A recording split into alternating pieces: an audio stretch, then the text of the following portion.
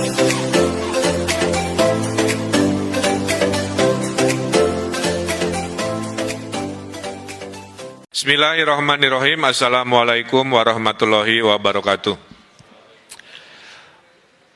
Rekan-rekan media yang kami banggakan, saya bersama Forum Komunikasi Pimpinan Daerah Provinsi Jawa Barat baru saja selesai melakukan video conference dengan 5 kepala daerah, yaitu Bupati Kabupaten Bogor, Wakil Wali Kota Bogor, Wali Kota Depok, Wali Kota Bekasi, dan Bupati Kabupaten Bekasi. Juga kami melakukan rapat ini bersama Pangdam Jaya dan Wakapolda Metro Jaya, karena seperti diketahui, Kota Depok, Kota Bekasi, dan Kabupaten Bekasi secara hierarki pertahanan keamanan ada di Pangdam Kodam Jaya dan Polda Metro. Yang pertama ingin saya sampaikan bahwa Menteri Kesehatan sudah mengirimkan surat persetujuan kemarin sore yang menyatakan bahwa 5 wilayah di Provinsi Jawa Barat itu disetujui untuk melaksanakan PSBB, ya, pembatasan sosial berskala besar. Kami koordinasikan dan kami menetapkan bahwa PSBB di 5 wilayah ini akan dimulai di hari Rabu, tanggal 15 ya? Hari Rabu, dini hari tanggal 15 bulan April 2020 ini selama 14 hari. Setelah 14 hari nanti kita evaluasi apakah diteruskan atau dikurangi intensitasnya.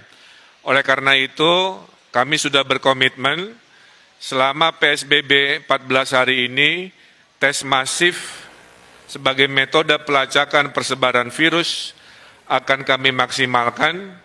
Per hari ini sudah 70.000 tes masif dilakukan di Jawa Barat, dan akan kami teruskan sampai target 100.000 dan seterusnya sampai target 300.000. Yang menarik dari PSBB di 5 wilayah, ada 2 yang sifatnya kabupaten. Maka kabupaten ini berbeda dengan DKI atau Kota Bogor, Kota Depok, Kota Bekasi, mereka memiliki desa, sehingga tidak bisa diperlakukan PSBB-nya persis seperti yang wilayah kota, seperti contohnya DKI Jakarta. Oleh karena itu, Kabupaten Bogor dan Kabupaten Bekasi memutuskan PSBB-nya terbagi 2. Di zona merah, kecamatan-kecamatan tertentu, PSBB-nya maksimal. Di non-zona merah, PSBB-nya akan menyesuaikan antara minimal sampai kelas menengah, kira-kira begitu. Khusus untuk Kota Depok, Kota Bekasi, dan Kota Bogor akan melaksanakan istilahnya PSBB maksimal. PSBB maksimal ini salah satunya akan memulai menutup akses ke wilayah-wilayah sekitar di hari Rabu, kemudian juga akan membatasi kegiatan-kegiatan perkantoran, kegiatan-kegiatan komersial, kegiatan-kegiatan kebudayaan, dan kegiatan-kegiatan keagamaan. Kepada mereka yang terdampak oleh COVID, kami kelompokkan ke dalam 2 golongan. Golongan pertama adalah golongan yang terdata oleh pemerintah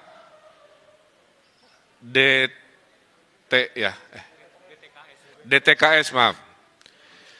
Jadi ada kelompok pertama yang tersurvei namanya DTKS.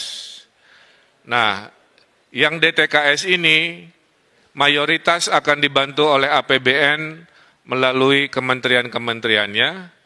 Kemudian ada kelompok 2 yang namanya non-DTKS, yaitu mereka-mereka yang rawan miskin baru, yang sebelumnya tidak masuk daftar bantuan. Nah, di non-DTKS ini, yang rawan miskin baru terbagi 2 juga, yang berKTP 5 wilayah dan perantau.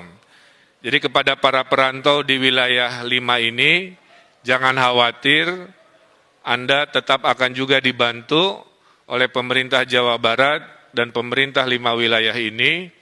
Anda akan dipersamakan haknya, selama Anda memang berhak dan butuh bantuan, kami akan bantu. Jadi saya ulangi, hari ini RT RW sedang melakukan pendataan, maka DTKS yang ada datanya dibantu, yang tidak masuk juga dibantu walaupun berKTP atau tidak berKTP wilayah tersebut. Selama de facto memang bekerja ngekos atau bekerja di situ. Bantuan terhadap Bodebek ini pintunya ada 7. Pertama, mereka akan dibantu oleh PKH, ini yang sudah rutin. Kedua, mereka yang akan dibantu oleh kartu sembako atau pangan non-tunai, ini sudah rutin. Ketiga, mereka akan dibantu oleh kartu prakerja untuk pengangguran dan yang kena PHK. Keempat, mereka akan dibantu oleh Presiden lewat bansosnya 600.000 kali 3 bulan. Kelima, kalau di kabupaten mereka akan dibantu pertama kali oleh dana desa. Sekitar 20 dari 30 sampai 30% dana desa akan dipergunakan untuk membantu miskin baru karena COVID di desa. Yang keenam, baru dana sosial dari provinsi yang 500.000 kali 4 bulan. Itu sudah siap. Dan yang ketujuh, kalau masih kurang, akan diberikan oleh dana sosial dari kota kabupaten di 5 wilayah. Jadi para RT RW saya himbau untuk segera melakukan kajian ulang, mensurvei ulang, jangan sampai ada perantau karena alasan tidak berKTP di sana, tidak dihitung sebagai yang dibantu. Selama ekonominya memang susah dan perlu bantuan, itu perlu kita bantu. Tidak boleh ada orang warga Indonesia yang kelaparan di tanah Jawa Barat, siapapun itu insya Allah kami bantu. Bantuan itu datangnya bervariasi waktunya. Bantuan dari provinsi insya Allah di hari Rabu Kamis pada saat diberlakukan PSBB, bantuan sembako, logistik, dan tunai sudah bisa dikirimkan di daerah Bodebek. Menyusul seminggu kemudian menurut laporan bantuan dari pemerintah pusat. Kira-kira begitu, itu juga akan didistribusikan. Terakhir, dari sisi bantuan, Jawa Barat akan menghadirkan gerakan nasi bungkus atau disingkat Gasibu, ya, gerakan nasi bungkus Gasibu. Gerakan nasi bungkus ini adalah jika bantuan sosial yang jumlahnya 7 masih ada yang terlewat, ada orang-orang lapar di jalan, di RW-RW, minimal perutnya tidak kosong, akan ada dapur umum di kelurahan-kelurahan di 5 wilayah yang akan membagikan nasi bungkus kepada mereka yang kelaparan. Kami mohon, disinilah sila ketiga persatuan Indonesia kita harapkan, maka kepada mereka yang mampu menyumbang makanan atau nasinya atau apa, silahkan koordinasikan dengan RW masing-masing untuk membantu kesetiakawanan sosial kepada mereka yang mungkin tidak termasuk atau terlewat oleh bantuan formal dari pemerintah. Jadi di Jawa Barat insya Allah dijamin tidak ada mereka yang berkesusahan yang tidak dibantu oleh bantuan pemerintah baik formal maupun non-formal. Oleh karena itu kami sudah perintahkan semua RW di Jawa Barat khususnya di wilayah PSBB ini untuk mendeklarasikan sebagai RW siaga. RW siaga yang melaporkan mereka yang perlu dibantu, RW siaga yang melaporkan jika ada kedatangan tamu yang perlu diwaspadai, dan RW siaga yang mendata dengan seadil-adilnya data. Nah, terkait sanksi, perbedaan PSBB dengan sebelumnya sebenarnya hampir sama, bedanya dulu tidak ada sanksi. Dengan adanya PSBB, maka aparat hukum diberi kewenangan memberikan sanksi. Nah, sanksinya kami serahkan kepada wali kota dan bupati, menyesuaikan dengan kebijakan diskresi dari wali kota bupati. Nah, termasuk yang ojol juga tadi, ya, itu diserahkan kebijakannya apakah boleh narik penumpang atau tidak, hanya barang saja itu kita serahkan kepada wali kota dan bupati. Dan kepada pabrik-pabrik yang masih buka, sudah kami arahkan, tolong di SK-kan mana industri-industri yang masuk strategis dan boleh dibuka, dan mana yang harus tutup dulu.